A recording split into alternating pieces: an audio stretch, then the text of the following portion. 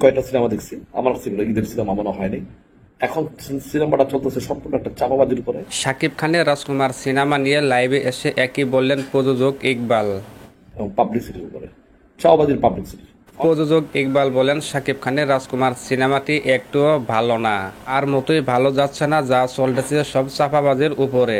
এখন সিনেমাটা চলতেছে সম্পূর্ণ একটা চাপাবাজির উপরে এবং এই প্রযোজক আরো বলে, আমি রাজকুমার সিনেমার টিকিট 60 থেকে 70টা ওয়াশরুমে পাইছি, যারা কিনা সিনেমা দেখতে এসে ভালো লাগে নাই, তারপরে সিনেমা দেখা বাদ দিয়ে বাসায় চলে গেছে। 60 থেকে 70টা টিকিট আমি ওয়াশরুমে পেয়েছি।